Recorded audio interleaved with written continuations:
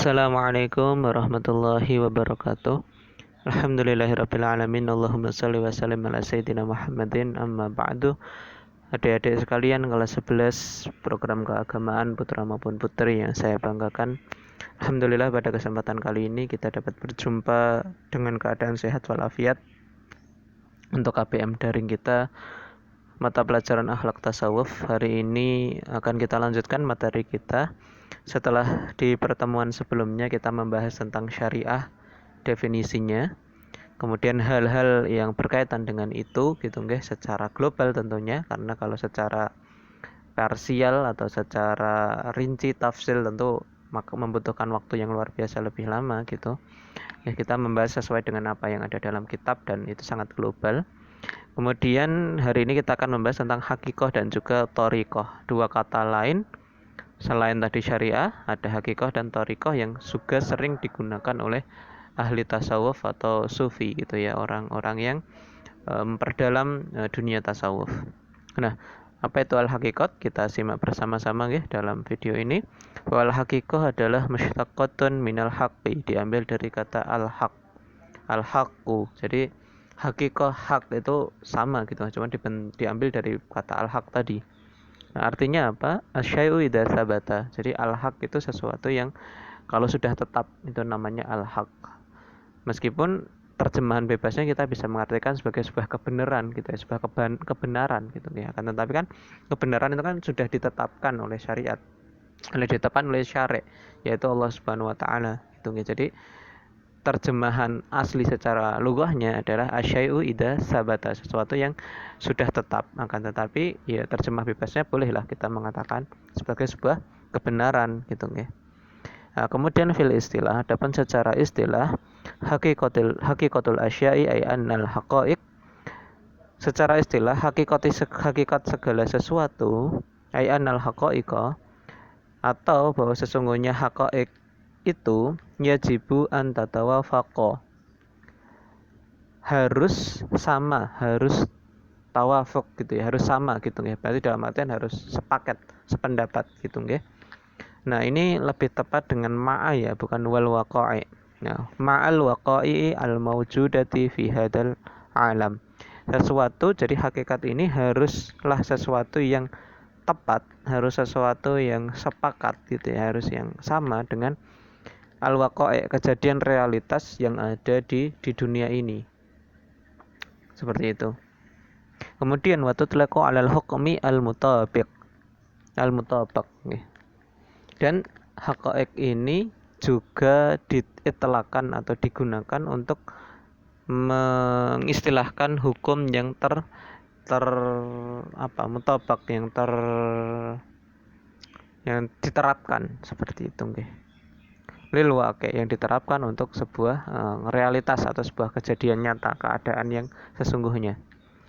Wa yuqabiluhu al-batilu, kemudian lawan katanya adalah al-batil gitu ya. Jadi secara bahasa tadi mustaqatun minal haqqi bima'na asyai'u idza sabata, kemudian secara istilah adalah sesuatu yang wajib untuk tawafuq atau tatawafaqa ma'al waqa'i' al-mawjud ya, al-mawjudah, yang sama, yang harus sepaket ada dengan realitas yang di kenyataan itu hak. Nah, sama gitu nggih.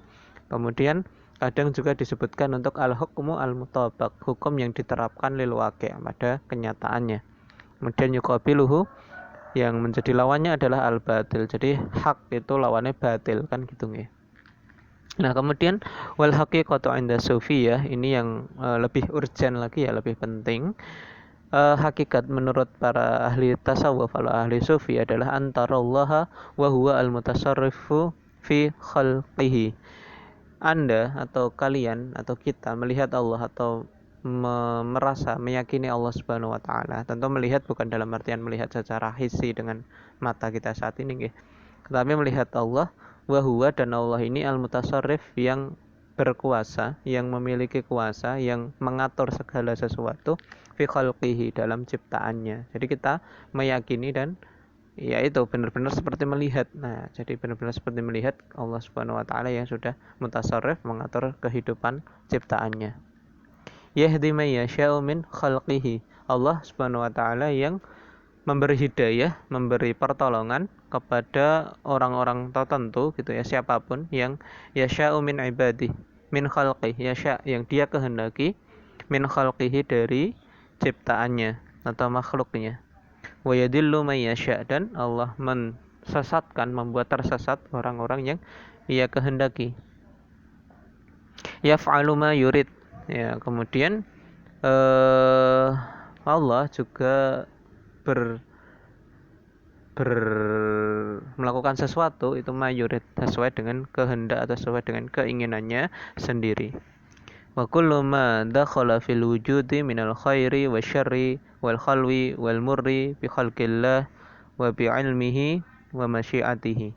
Dan segala sesuatu yang ada dalam suatu wujud gitu ya, ada yang dalam sesuatu gitu ya, entah itu kebaikan, entah itu keburukan, entah itu manis pahit ya, pada ciptaannya Allah itu Allah Subhanahu wa taala mengetahuinya, dan ya Allah yang terserah gitu ya. Jadi dan Allah Subhanahu wa taala yang terserah untuk melakukan itu gitu ya. Nah, kemudian berikutnya yang tak kalah penting juga adalah bahwa hakikah tadi ya, kan kita meyakini, kita melihat seolah-olah Allah itu sudah melakukan apapun untuk hambanya gitu ya. Maksudnya tadi ya, antara Allah al-mutasarrif fi khalqihi. Nah, namun tidak sekedar kita meyakini seperti itu, syariat atau ajaran-ajaran yang dalam artian mungkin sholat seperti itu harus kita amalkan juga. Kenapa? Karena wa kullu haqiqatin la tushhadu laha asy-syari'atu fa huwa zindiqah. Dan setiap hakikat yang tidak dengan persaksian bagi hakikat tadi syariah, atau dalam artian tidak seiring dengan syariah, jadi tidak diamalkan syariatnya gitu, jadi hakikatnya misalkan tadi meyakini Allah begini, tapi kalau tidak diiringi dengan perlakuan syariat, maka dinamakan zindiqah. Nah, ini nama golongan ya, golongan zindiqah. Nah, ini naudzubillah kita termasuk dari golongan-golongan orang tersebut gitu ya. Jadi ya katakanlah imannya kuat gitu ya, imannya kuat, akan tetapi kok dia nggak sholat kayak gitu. Nah, itu bisa termasuk dari golongan mereka. Padahal kan Rasulullah kan turun gitu, atau Rasulullah kan diberi wahyu itu kan ya sepaket ya. Beliau juga syariah, beliau juga hakikat, beliau juga thariqah, kemudian segalanya kita harus mengikuti beliau gitu nih. Beliau saja sholat seperti itu dan seterusnya. Fa'ainu syari'ati ainul haqiqah. Nah, ain syariah atau inti dari syariat itu ya inti dari hakikat. Nah, dalam artian semuanya harus seiring, tidak boleh salah satunya saja. Kalau kita syariat, mengamalkan syariat, tapi hati kita meragukan Allah, nah itu bisa jadi kita munafik, naudzubillah min dzalik gitu. Nah, kalau kita sangat meyakini Allah tapi tidak menjalankan amalan syariat, maka ya itu termasuk golongan zindiqah. Kemudian yang ketiga adalah at-thariqah. Istilah thariqah ini sering sekali diucapkan atau sering sekali diungkapkan oleh para ahli tasawuf. Thariqah Naqsabandiyah gitu ya, thariqah Qadariyah, kemudian thariqah Ba'alawi gitu ya, untuk Hadarim gitu ya, untuk para ulama-ulama dari Hadramaut seperti itu. Nah, dan lain sebagainya. Nah, thariqah itu sendiri apa? At-tariqatu lughatan as-siratu. Nah, thariqah secara bahasa adalah as-sirah, berarti nggih ya perjalanan seperti itu nggih. Au al-madhab atau tempat pergi, bimakna al-khattu fi syai', dengan artian adalah langkah pada sesuatu. Jadi nggih, at-tariqah kan torik gitu kan, jalan, dan sirah maka nggih ya jalan, kemudian tempat pergi, nah kemudian langkah pada sesuatu. Wa ta'ti aidan bimana as-sabilu, dan kadang tariqah juga datang dengan makna as-sabil, ya artinya nggih jalan, sama nggih. Wa jam'uha, adapun lafal jamaknya, jamak dalam bentuk jamak taksir ya, tara'iq kan, atrukuhu wa atraqatun, dan turukun. Jadi jamaknya itu ada 3, tara'iqun, atraqatun, dan turukun. Nah, jamaknya ada 3 titik. Maksudnya di sini titik ya, nggak kurang kelihatan. Afan kegeser lagi. Kemudian wa tariqatu fil istilah, tidak salah lanjutannya ya. Sebentar.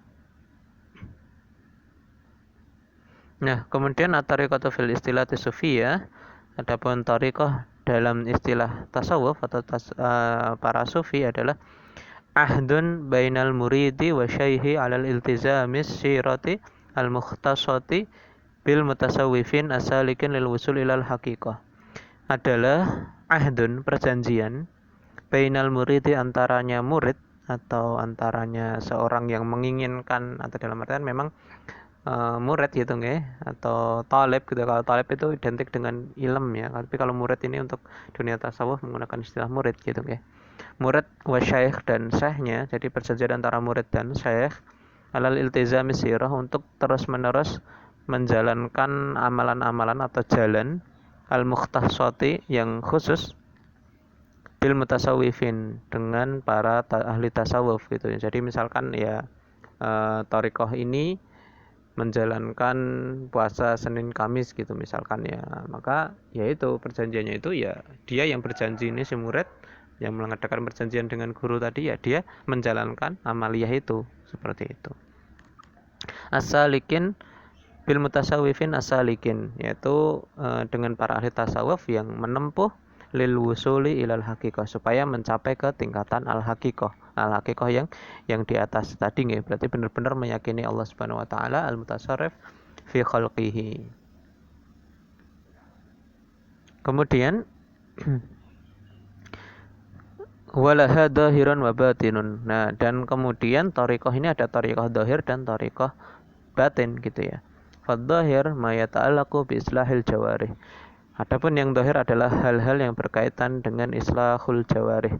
Islah itu memperbaiki, al jawarih itu anggota badan. Ada anggota badan, berarti dalam artian ya menjaganya gitu ya, dari hal-hal yang dulu digunakan untuk kemaksiatan gitu. Misalkan tangan dulu buat nampol orang, sekarang buat sedekah kayak gitu ya. Kemudian dulu mulut buat nyacat orang, sekarang buat tersenyum sebagai bagian dari sedekah, buat berzikir, seperti itu dan lain sebagainya. Kemudian al-batin ma yata'allaqu bi islahil awalim al-batiniyah. Adapun yang batin adalah hal yang berkaitan dengan memperbaiki alam batin atau rohani gitu. Jadi misalkan dulu iri dengki, nah kita perbaiki itu dengan banyak bersyukur, dengan banyak bersyukur, kemudian sabar, tawakal, qanaah dan lain sebagainya. Kemudian wat tariqatu mahabbatun wa sidqun. Nah, thariqah ini adalah kecintaan dan kejujuran. Berarti dalam artian ya seperti itu gitu nggih. Thariqah adalah mahabbah dan sidq. Intinya adalah itu gitu nggih. Kemudian dari frase thariqah adalah mahabbah dan sidq. Jadi mahabbah antara guru dan murid gitu nggih. Mahabbah antara salik dengan Allah Subhanahu wa taala, salik kepada Allah Subhanahu wa taala gitu nggih. Dan itu dia harus sidq juga gitu ya, harus jujur, harus bisa dipercaya gitu ya. Maka wala tajuzu bai'atu tariqati liman la yahfaduha. Maka tidak boleh orang bai'at thariqah tapi tidak dapat menjaganya. Berarti tadi ya, misalkan seorang murid kalau sudah berbaiat kepada syekh mursyidnya, maka itu dia harus menjalankan amaliyah-amaliyahnya. Kalau dia tidak menjalankan, maka itu tidak diperbolehkan. Berarti dalam artian dia tidak termasuk dalam thariqahnya tadi. Misalkan kebiasaan thariqah itu adalah puasa Daud, ya kok dia enggak Daud, ya maka tidak tergolong dari golongan thariqah tadi. Begitu nggih? Mungkin cukup sekian adik-adik sekalian untuk yang bisa kita pelajari pada hari ini. Memang pelajaran ini cukup sulit gitu nggih. Bila ada kekurangan dan kekhilafan mohon dimaafkan. Assalamualaikum warahmatullahi wabarakatuh.